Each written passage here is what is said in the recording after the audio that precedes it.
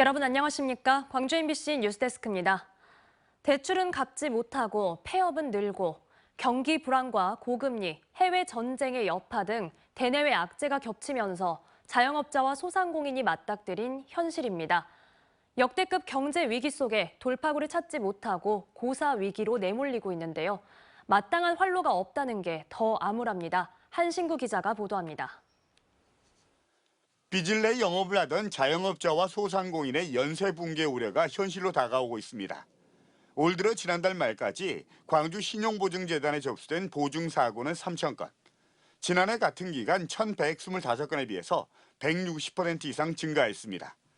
보증사고 금액은 404억 3천만 원으로 지난해 162억 9천만 원에 비해서 148% 늘었습니다.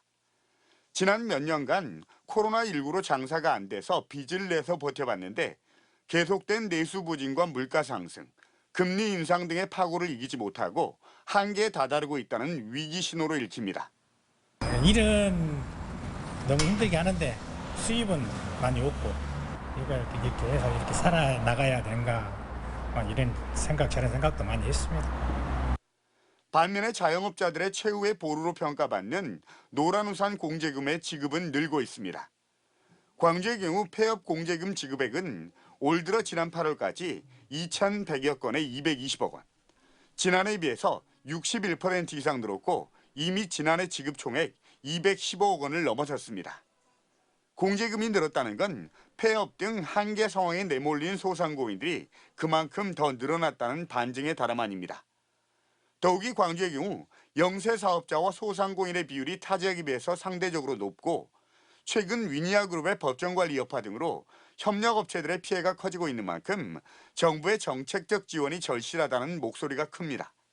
경영 안정이나 자금난을 좀 해소시켜주는 것이 지금으로서는 굉장히 절박한 상황이고 정부가 적극 나서야 되는 건데 특히 자치단체 예산을 대폭 삭감시킴으로써 인해서 이게 쓰나미처럼 지금 밀려들고 있다.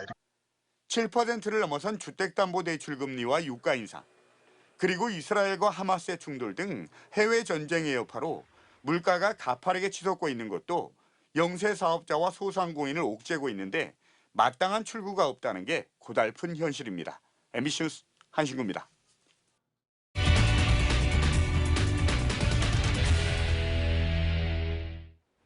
정부가 11년 전부터 추진 중인 지적 재조사 사업이 본격 진행되면서 조정금을 내야 하는 주민들의 불만이 터져나오고 있습니다.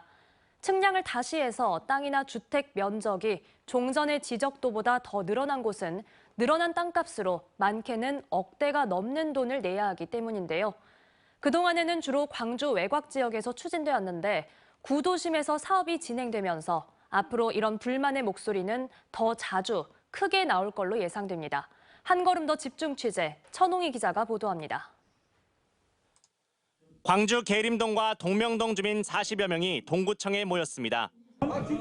강제폐가액으로 국토교통부가 진행한 지적 재조사 결과 조정금으로 수천만 원에서 억대가 넘는 돈을 구청에 내야 한다는 통보를 받은 이들입니다.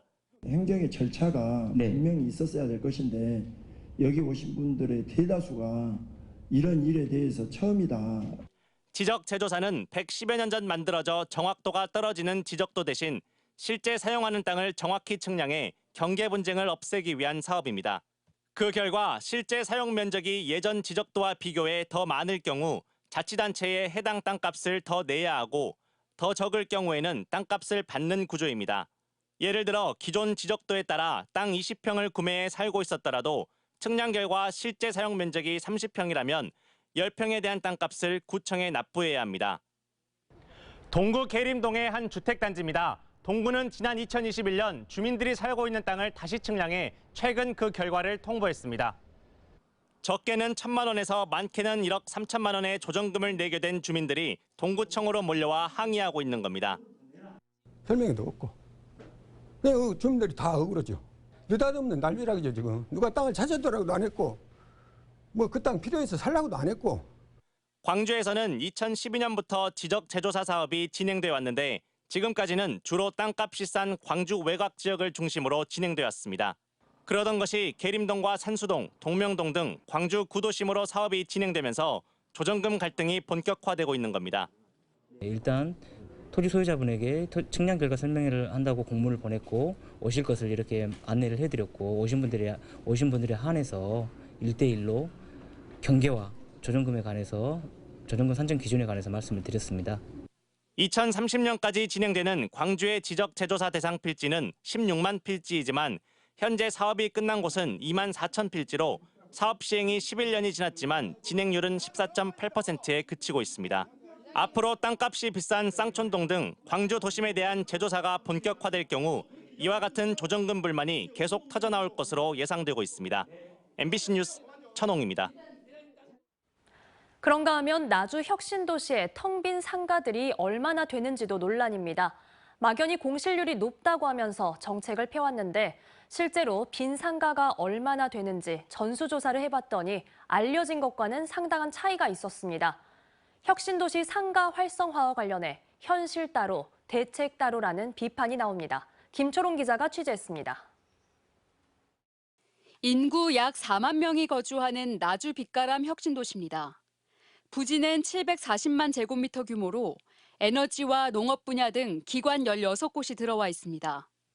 이렇게 도시를 조성한 지 10년이 다 돼가는데 건물 곳곳은 여전히 텅 비어 있습니다.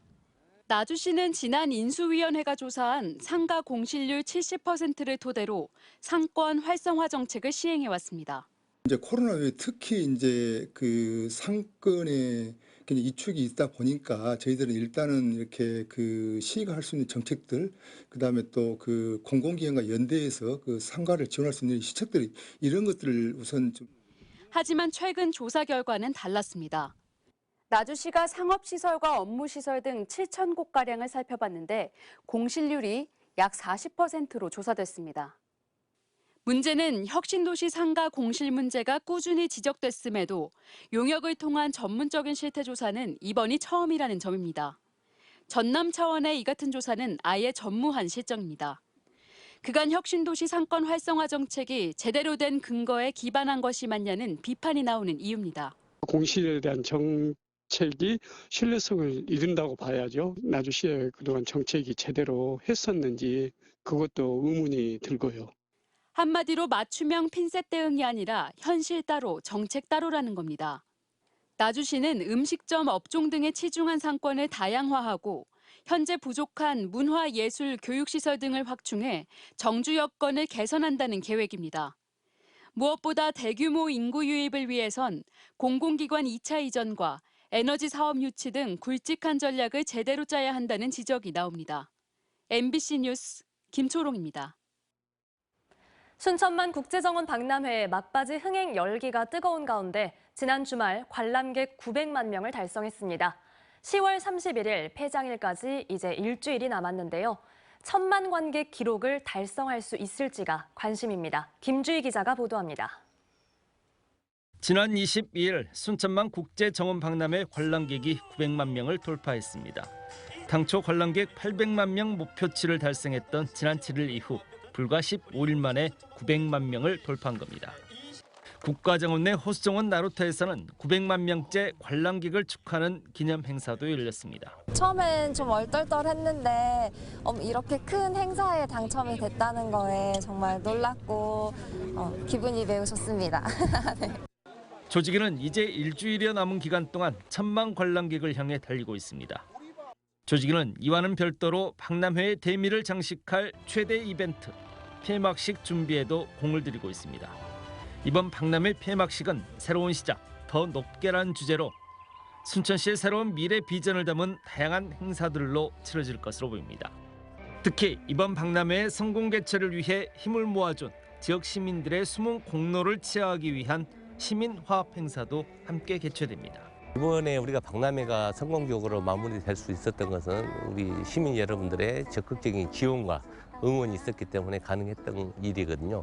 그래서 그분들에 대한 감사와 위로의 장을 마련하는 것입니다. 조직위는 또 박람회의 폐막 이후 박람회의 연장 개방 여부를 두고도 고민 중입니다. 박람회 조직위는 박람회 폐막과 함께 박람회장을 폐장할 계획이었습니다. 하지만 아직 가을 꽃들이 만개해 있고 성공 개최에 대한 감사의 뜻을 담아 박람회 폐막 이후 방문객들에게 박람회장을 일정 기간 추가 개방하는 방안도 신중하게 고민 중입니다.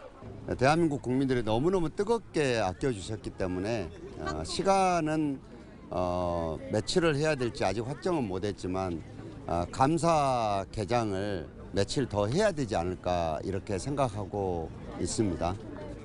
지난 4월 개막 이후 7개월간 대장정의 끝을 향해 달려가고 있는 2023 순천만 국제정원 박람회. 마지막까지 성공적인 박람회로 유종의 미를 거두기 위해 박람회 조직위원회의 발걸음도 빨라지고 있습니다. MBC 뉴스 김주입니다. 전남의 농수 특산물은 신선하고 안전한 먹거리의 대명사죠. 특히 남도의 재료로 만드는 김치는 대한민국의 대표 음식으로 손꼽히는데요. 전라남도가 서울시청 광장에서 대규모 김장 행사를 가졌습니다. 주현정 기자가 전해드립니다. 서울광장이 초대형 김장터로 변신했습니다. 알맞게 절여진 배춧잎 사이사이 새빨갛게 잘 버무려진 소를 골고루 발라 채웁니다. 가득 채워진 김치통을 보니 웃음이 절로 납니다. 남도 김장대전은 번거롭다는 이유로 사라져가는 김장 문화와 전라도 김치의 가치를 높이기 위해 전라남도가 올해 처음 마련한 행사입니다. K푸드의 대표 주자가 남도 김치입니다. 안전한 먹거리로 만든 남도 김치를 천만 서울 시민들에게 홍보하고자 사전 신청자 200명 외에도 현장 참가 문의가 끊이지 않으면서 흥행에 성공했습니다. 전라도 김치가 맛있다고는 했는데 직접 이렇게 체험을 해서 제가 담아봐서 맛을 보니까 맛있어요. 전남 22개 시군을 대표하는 500여 가지 농수 특산물을 시중가보다 30% 싸게 살 수 있는 직거래 장터에도 서울 시민들의 발길이 이어졌습니다. 한편 광주 문화방송은 앞으로 한 달 뒤 11월 22일 세계 김치의 날을 맞아 5.18 민주광장에서 천여 명의 시민들이 김치 만포기를 담가 함께 나누는 제1회 대한민국 김치대전을 준비하고 있습니다. MBC 뉴스 주현정입니다. 1년 넘게 원형 보전을 놓고 논란과 협의가 반복됐던 광주 풍암저수지 수질 개선 사업과 관련해 광주시와 주민협의체 등이 일부 수심을 낮춰 수질을 높이는 방안에 최종 합의했습니다.